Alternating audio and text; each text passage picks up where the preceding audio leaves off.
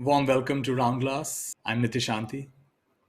I'm excited to be here and share with you certain things that have touched my life, and I hope they'll benefit yours as well.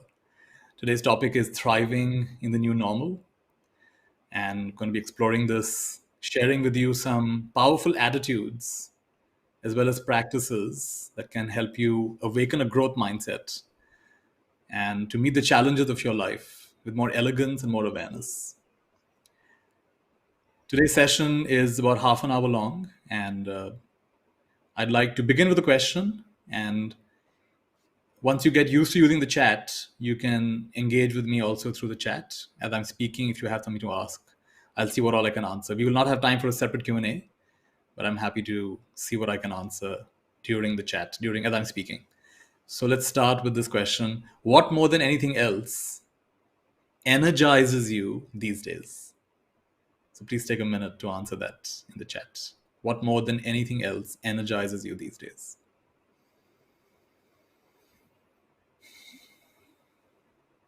And while you're answering that,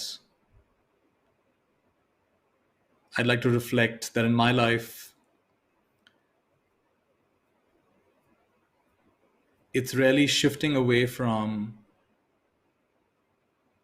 the activities of my life and coming back to awareness, coming back to consciousness, coming back to the source of my experience, which is something that can take a little practice, but it's once you get a knack of it, get a hang of it, then it's very, very nourishing to keep coming back to simplicity and stability and clarity and some measure of inner stillness and silence.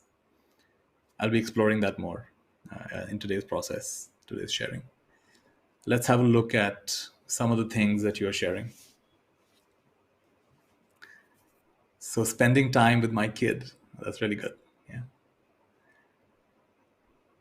Enjoying great music and sunrises. I see. Great.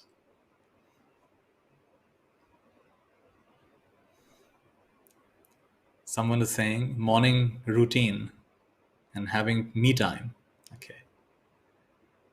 What else? What are some of the other things that energize you more than anything else these days?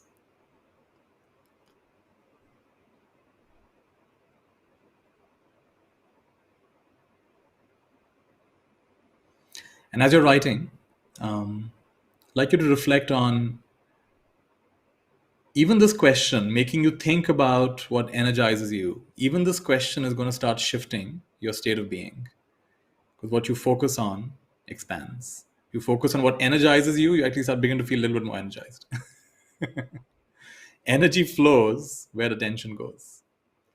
To have deep trust in the divine, that energizes you. Fantastic. Physical activity definitely is very energizing for sure. Yeah. And I would just say taking care of yourself. You take better care of yourself. Like we often underestimate the importance of sleep, getting a good night's sleep. I read somewhere that the Netflix CEO was telling his company, he was asking his organization in one of their big meetings that who's our main competitor? And someone named HBO or someone said YouTube, someone said Amazon Prime. He said, no, our main competitor is sleep. So the agenda is to minimize your sleep as much as possible. All right, so in today's session, we're talking about how do we thrive in this, what's being called the new normal. And I want to share a few perspectives from my journey. I had an interesting experience. For about 6 years, I actually lived as a forest meditation monk. And there's one important insight I got from that. One time I was staying in the deep forest, and at nighttime, I had a sheet on the ground. There were leaves, like a little bit of a mattress, leaf mattress, and there was a sheet, and I was sleeping on that sheet. And I would hear some sounds, and then my mind would start playing. What is that sound? Is that a snake? Is that a larger animal? Is something coming to get me? And I realized very clearly how most of my suffering came from my imagination. Most likely when there's a sound like that, it's a tiny little insect. But of course, in our mind, it's like a big thing. What's coming? Something's coming to get me. Something's coming to get me. So I realized again and again in my time living in the forest that The way one of my teachers says it, reality is kinder than the stories we tell. Reality is kinder than the stories we tell. We are mostly troubled by our own imagination. It's not what's happening, it's our thoughts about what's happening that troubles us. So, a normal way I would answer this kind of question, how do you thrive in this new normal, is I would say build a strong foundation for yourself. When I would, you know, I notice in my happiest days, most aligned days, I have taken good care of myself before I even got involved with anybody else. I saw a nice reel on Instagram the other day which said, I just need my I just need my me time in the morning. I just need my 8 or 9 hours of me time in the morning, and I'm fine. So, well, it doesn't have to be 8 or 9 hours, but even if you have 8 or 9 minutes, something to take care of yourself, whether it's some breathing exercise, whether it's an affirmation, whether it's a prayer, whether it's a meditation, whether it's focusing on gratitude, that makes a big difference. Setting yourself, coming to alignment within yourself, will give you such a big boost for the rest of your day. Physical exercise will give you a boost. Time in nature will give you a boost. Some quiet time, some reflective time, reading something inspiring will give you a boost. But I also know from experience that while I can suggest this, and many of you've already heard of these kind of things, there's a big gap between knowing and implementing. I was traveling recently in Himachal Pradesh. It's a state in northern India. And I was at a restaurant, and someone recognized me there. Said, "Oh, Nithya, I attended your session some time back." I said, "Oh, great." She said, "Yeah, you taught us a lovely exercise of, holding the fingers. Each finger represents something, and holding it balances out something. So you wake up in the morning and you hold your thumb, that reduces worry, and you hold your index finger, that reduces fear and anger and sadness and trying too hard and not feeling good enough. And the middle of the palm helps you balance out everything else." It's called Jinshin Jitsu, beautiful practice. It's holding each finger for 3 breaths and breathing comfortably will reduce these kind of anxieties. He said, "You taught us that." And I tried it for 3, 4 days. It felt really good. And then she made a face and said, "And then I stopped doing it."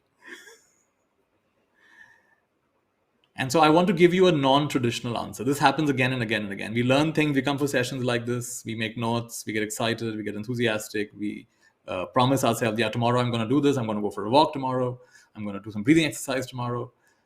And then often that is hard to sustain, at least for some of us. Some of us are very good, we're naturally self-disciplined. That's fantastic.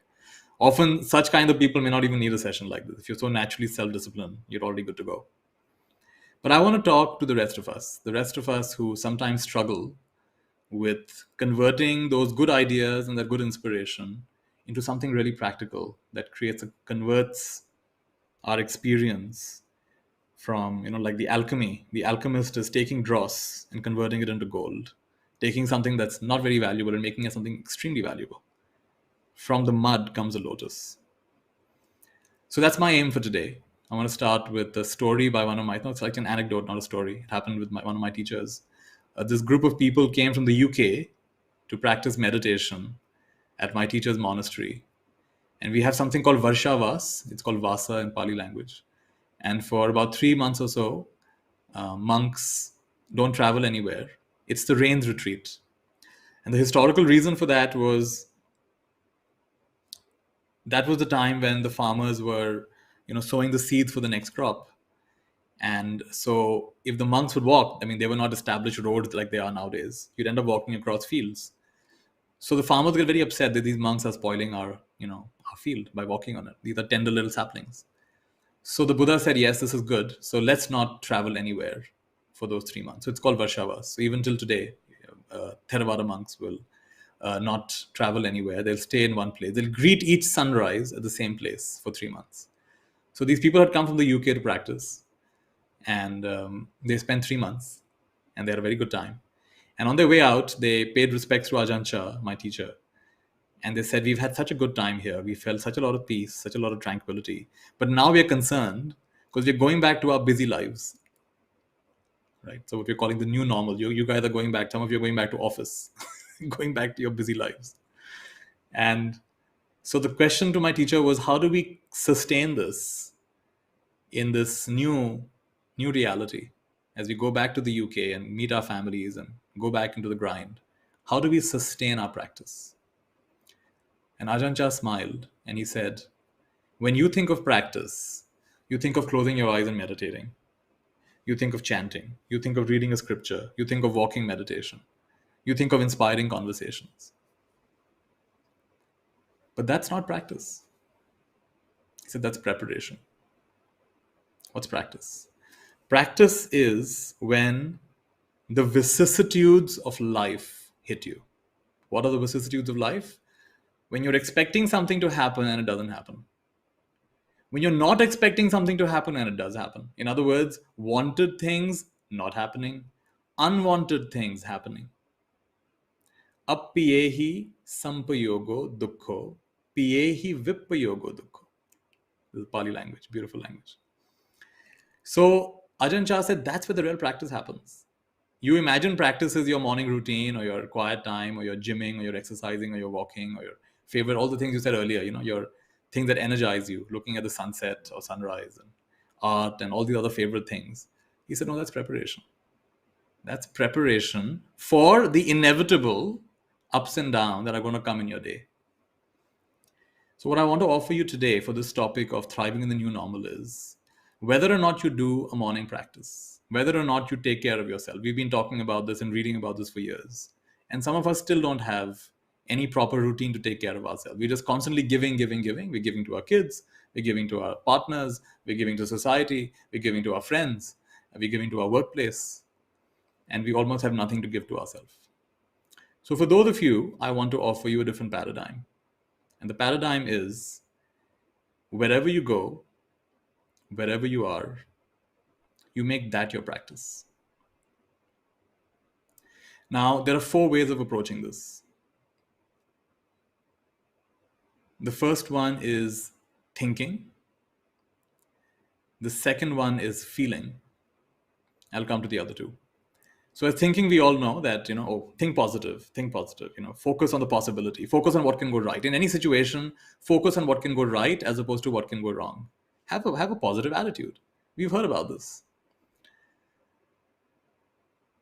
That's great. That's great for a beginning. Of course, it's not going to take you all the way, but it's a good start. Because it's true that what the thinker thinks, the prover proves. It's not just about shunning the so-called negative. It's about becoming aware of what's happening in your consciousness. So become aware, and it's really important to make friends with all parts of ourselves. We think of ourselves as an individual person, but if you're very honest with yourself, you're an ecosystem. You're actually a walking contradiction. There are parts of you that are very energetic. There are parts of you that are very lethargic. There are parts of you that are very social. There are parts of you that are very don't want to talk to anybody. If you're really honest with ourselves, we're a bag of contradictions, aren't we? That's not a problem. That's just how we are. That's just how life is. Life is full of polarities. And we are a microcosm of that macrocosm. So at the level of thoughts, 2 kinds of thoughts. There are thoughts that are more resistant, and there are thoughts that are more empowering and energizing. So a great practice for all of us is to reflect on what deserves my attention. And I'm going to frame it like this. I wonder if you have a piece of paper and a pen. If you don't, you can just think it. If you do, you can make some notes. So let's say I told you, you have 7 days to live. You have 7 days to live. And for sure, at the end of the 7th day, time to go. Now that you know you have 7 days to live, what will you give your attention to? What will you prioritize? And very quickly, things start coming into sharp focus. I'm not sure you'll spend as much time on the television. I'm not sure you'll spend as much time browsing mindlessly through social media. What will you spend time on? Chances are you'll spend it with loved ones. Chances are you'll spend it on reflecting on your life. Chances are you'll spend it putting together your best learnings in this lifetime. Chances are you'll spend it on forgiveness. Chances are you'll spend it on doing whatever little bucket list items you can in those 7 days. And I know this is a bit of an artificial urgency we've created, but it's a really important one. In fact, even in the business world, one of the people he's loved and he's hated in some ways, but he's generally admired for what he's done. So Steve Jobs would look at the mirror every day. He learned this from a Zen practice that he did. You look in the mirror every day and said, what if this is the last day of my life? Would I still do what I'm planning on doing today? And when too many days in a row, the answer was not really, I wouldn't. Then he knew it was time to make a change. So this is actually a very good practice for all of us. And the Buddha recommends this. Buddha recommends every day contemplating our mortality. We become less tolerant of all kinds of distraction, all kinds of ways of wasting our time, actually. One of my teachers would say, the key to success is the steady resistance to the unnecessary. The steady resistance to the unnecessary is the secret of success. So this kind of exercise where you contemplate your own mortality, and the truth is we don't know how much time. Just today I was reading a quote. You can plan for 100 years, but you don't know what's going to happen the next moment. If you're honest, that's true. We don't know what's going to happen the next moment. You can make all kinds of plans. So if that's the case, it is important for us. This kind of reflection, contemplation, this will really clean up your thinking to a great extent. Another way to clean up your thinking is to ask the question, in my presence, what do beings experience? What are you a frequency holder of? What state of being are you a frequency holder of? Do they experience acceptance? Do they experience joy? Do they experience compassion? Do they experience high energy? Do they experience creativity, innovation, new ways of thinking? Do they feel embraced for who they are? Do they feel that, wow, you evoke the best in them? You bring out their brilliance? They like the version of themselves who emerges in your presence? This is a good question to ask. So the one I've come up with quite a few, but the one I go back to most often is that in my presence, beings receive an incorruptible seed of awakening. And what's awakening? Awakening is similar to what I said in the beginning. This distinction between reality and our thoughts about reality. Living in the forest, I was making myself afraid with my imagination. The reality was actually quite kind. My imagination was making it really scary. Distinguishing between what is and your thoughts and assumptions and distortions about what is wisdom. So I'd love for you to come up with a full form for that, right? In my presence, beings experience. So what are you a frequency holder of? What's your signature frequency? These are good questions to ask, because as you hone into that, you start representing that. One of my signature frequencies, I don't know if it's true, but I hope, is a mixture of playfulness and profundity. Playful yet profound, profound yet playful, deep yet light. I want to brighten and lighten the path. And we'll see to what extent that happens. But it's really important to have an intention like that. It can bring a lot of clarity. So at the level of thought, we want to shift away from resistant thoughts, disastrous negative thoughts, and we want to move towards more so-called positive or possibility thinking and miraculous thoughts. Knowing that it's just a thought, right? You should distinguish thoughts from reality. And then once you can distinguish that, you can be a master storyteller. You can tell just about any story. So the level of thought, we want you to be a master storyteller. Not be oppressed by your own stories, but to play with your stories. To ask, what if? Would there be another way of looking at this? Right? And to recognize also the limitation of your own thinking. And then we want to shift from that into the next level, which is feeling. If you're honest with yourself, much of what we do is to feel a certain way. Why do you like the things you like? We feel a certain way, right? So much of religion / spirituality / things people like doing are usually based on these two constructs: thinking or believing and feeling. And of course, we want you to feel more and more aligned, less and less resistant, less and less contradicted within yourself, more and more powerful. And we live in the feelings of our thinking. So as your thinking gets cleaned up, your feelings also get cleaned up. Of course, it's a bit of a spiral. It's not linear. But as you clean up your thinking, as you focus more on not what you're trying to get, but where you're coming from, the intention, the consciousness you're coming from, feelings are getting cleaned up. You clarify your agenda. What is your agenda? My agenda is to have a good time. My agenda is to enable people to be as self-realized and self-actualized as possible. Right? My agenda is non-resistance. My agenda is trust. My agenda is honoring emergence. To the extent I'm in touch with that, then my feelings and being is aligned with that. So thinking, feeling. The third one, this is where it gets really interesting. This is high concentration. And I don't know how many of you probably touched this in your life. Otherwise, you wouldn't be even in the organization you're in or the work you're doing. You have to have touched this in order to have even come to any measure of success. High focus, high concentration, right? Now, this is where you access flow states.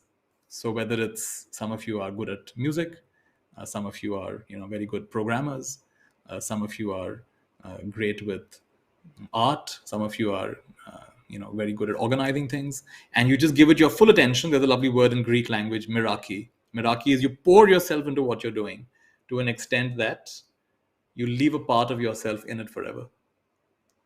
So miraki, pour yourself into whatever you're doing. Even if it's not your favorite activity, you decide, I'm going to enjoy this. I choose to enjoy this. I choose to have fun with this. I'm going to do it anyway. Might as well do it with my signature frequency, with my signature attitude. You bring that to it. So we're disconnecting from giving you any kind of a set practice to do, and we're making your whole life your field of practice. Whether you're at home, whether you're with friends, whether you're alone, shift gears, recognize thinking, shift gears from thinking to feeling. The thinker thinks, the prover proves. So whatever you think again and again and again, you start feeling it. You're living in the feelings of your thinking. In fact, we can't keep track of our thoughts all day long, but our feelings will give us a good, like they say, energy doesn't lie. Your feelings don't lie, right? Your feelings are giving you a taste of how resistant or how welcoming your thoughts are.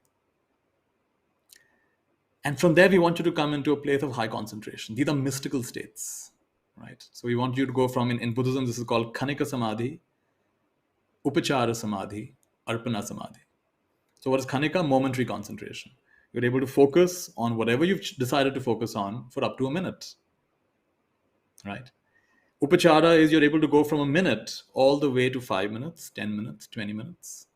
You can really immerse yourself into what you're doing.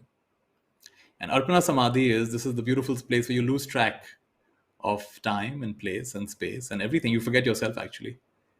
There's a story about Leo Tolstoy. He was once cutting a field and he got into the Arpana Samadhi state. And he just was, for hours he was cutting this field. He was cutting I think it was maize or something he was cutting. And he just lost track of time and he just became one with the field. He had a non-dual experience. And then he lost it. So he kept trying to go back to it. He kept trying to cut acres and acres to get back to it. It's not about the field. Anything where you apply yourself wholeheartedly, you can access these deeper and deeper states. And what I want to offer you is that whatever is happening in your life, whether it's new normal or old normal, doesn't matter. It's giving you an opportunity to develop growth mindset. What's growth mindset? Not being a victim of your circumstances, not being a victim of your conditions. Using all of that as the fertile ground from which your lotus will emerge. From the mud comes a lotus. So what's the lotus? You challenge yourself to have high quality perceptions, to be a master storyteller. What's there to love in this? What's there to learn in this? What's there to let go in this? What's there to laugh about in this? You ask yourself high quality questions like that. From that come beautiful, beautiful states of feeling, more contentment. From that, you apply yourself wholeheartedly. Me and we. You take care of yourself and you take care of others. Both are important. Honor self and honor others. So honor the me by taking care of your consciousness, and now use your gifts and talents for the benefit of others. And that's where you start touching the mystical states. The mystical states are those of high concentration. And now this will blossom into the fourth one, which is freedom. And freedom is limitless. Freedom does not have any, it's non-local. It's not limited by location. It's not limited by time. It's not limited by skill. It's not limited by knowledge. It's not limited by your genetics. It's not limited by any of these things. And this is the kind of limitlessness. Deep down, you know this. And which is why you and I, at some level, are restless. Why are we restless? Because we don't want to settle for anything less than that. There's like a fire under our bum. And the fire under our bum is necessary. It's to move us out of our what's called tamasic, our resistant states, and to move us into more empowered states, and move us into high concentration states, and move us into the states of limitless freedom. So whatever is going on in your life, it's an opportunity. So whether or not you have a morning practice, make all of your life the field of your practice. Like Ajahn Chah said, that's preparation. The real practice is whatever comes up in your life. So this is what I wanted to share with you today. There's a lot more. Today's just a half an hour session, but there's a lot more very practical things I've shared on Round Glass. You can check out some of my courses there. And recently we launched a new course as well, The Wisdom of Contradiction. We have a few minutes left, so I don't know if there's any. I was not looking at the chat. Let me see if there are any questions or any reflections. I can clarify that before we end.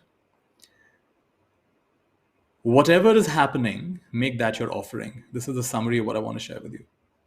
Whatever is happening, make that your ground of practice. Right here is holy ground. Right here I shall build my sanctuary. Right? People have faced much bigger upheavals than you and I are facing today. Yes, it's a challenging time. Yes, there are a lot of, these are things that we've never seen in our lifetime. But a little bit of reading of history, you'll realize our ancestors have faced much bigger challenges than this. They faced wars, they faced natural calamities, they faced much bigger pandemics and epidemics, right? So yes, it's a challenging time, but not enough for us to become victims. Nothing's ever enough for us to become victims. We use this to develop and to grow. And so what I want to offer you is encouragement to use this as a time. Ultimately, it's not what's happening in your life. It's your state of consciousness, your state of being that determines the quality of your life. It's not your circumstances, it's your consciousness. That's what I'd like to recommend for all of you. So I hope some of this was helpful and it's giving you some direction. Let me see if there's any. How to stay focused. Isn't it easy to stay focused when you... How to stay focused on these thoughts? Okay. Isn't it easy to stay focused, first of all, with things you naturally enjoy doing? Right? So in my case, what I've shared with you, I decided to make that a priority of my life. This came very clear to me. I was what you would call jack of all. I kept trying this and trying that. I tried music, I tried art, I tried martial arts, I tried horse riding, I tried so many different things, and I'd give it up. I tried to give it up, give it up. And when I was 16, I went for a meditation course, and something in me said, don't give this up. This is like the master key. Don't give this up. The Buddha said, one who has learned to be more mindful, more present. Mindfulness will help you in all things. Can you think of anything in this world, whether you're cooking, or whether you're in a relationship, or whether you're healing yourself or others, or whether you're teaching, or whether you're guiding, or whether you're leading, whether you're learning a new skill? Can you think of anything in this world where mindfulness will not help you? Mindfulness will help us with all things. So I would say shift from the specifics of what I'm saying and come back to the meta level. And the meta level is that I want to spend the rest of my life in understanding how this mind and body work. I want to understand the deeper laws of what it takes to be truly happy. You make that a priority, right? And when you make that the priority, then all of these things will be included in it. Have a wide enough vision, which is why that exercise of put yourself at the end of your life, the last 7 days, and then you ask yourself what's really important. And some hints are going to start coming to you from that. What does the I am thought by Nisargadatta Maharaj mean? So Nisargadatta Maharaj taught us about detaching from I am this and I am that. Because all that is, if I say I'm tall, somebody else is taller than me. If I say I'm fair, somebody else is fairer than me. If I say I'm clever, somebody else is more clever than me. So everything I say after I am is up for grabs, up for discussion, can be questioned. But the one thing that cannot be questioned is I am. I am is simply presence. I am this or I am that becomes a personality thing. It's a description. But I am is a basic fact. So by I am, Nisargadatta Maharaj is saying, coming back to awareness. In a way, I've mentioned this, I've kind of pointed to this. And when I talked about thoughts and feelings and high concentration states, and then beyond that, you could say is the, in fact, even the high concentration state is a kind of an I am. And then beyond that is your true freedom. It is what Maharaj would call prior to the I am, before the I am. Right. So some of you may not understand this. This is kind of a little technical, but the simple way of explaining this is be conscious of everything you say after I am, because that's the most powerful affirmation in the world. When you say, oh, I have a poor memory, I'm good at this and I'm bad at this, be conscious of everything you say after I am. It's a self-fulfilling prophecy. What the thinker thinks, the prover proves. What you think and you feel, you end up becoming. So what you think about and think about, you bring about. So I'd love for you to take these ideas and make the whole of your life a field for shifting from resistant thoughts to more allowing, welcoming thoughts, more empowering thoughts, from thoughts to feelings, because feelings are your subconscious mind, and from feeling to being, and from being to your limitless state. Nothing's out of place. Everything that's happening in your life is the exact set of ingredients that you need for your full blossoming. That's been my experience, which I'd like to share with you. All right, that's all we have time for today. So thank you for joining me. And remember, as you return to work, you can find more practices with me on the Round Glass application. There are almost every single day they're showing something, and you can join us also at the round.glass /Nithya is the link where you can find more of my work. We have a new course, Shift Your Perception, The Unexpected Wisdom of Contradiction. I spell my name with an H, Nithya. Thank you for joining, and until next time, lots of love. Be well. This is Nithya from India.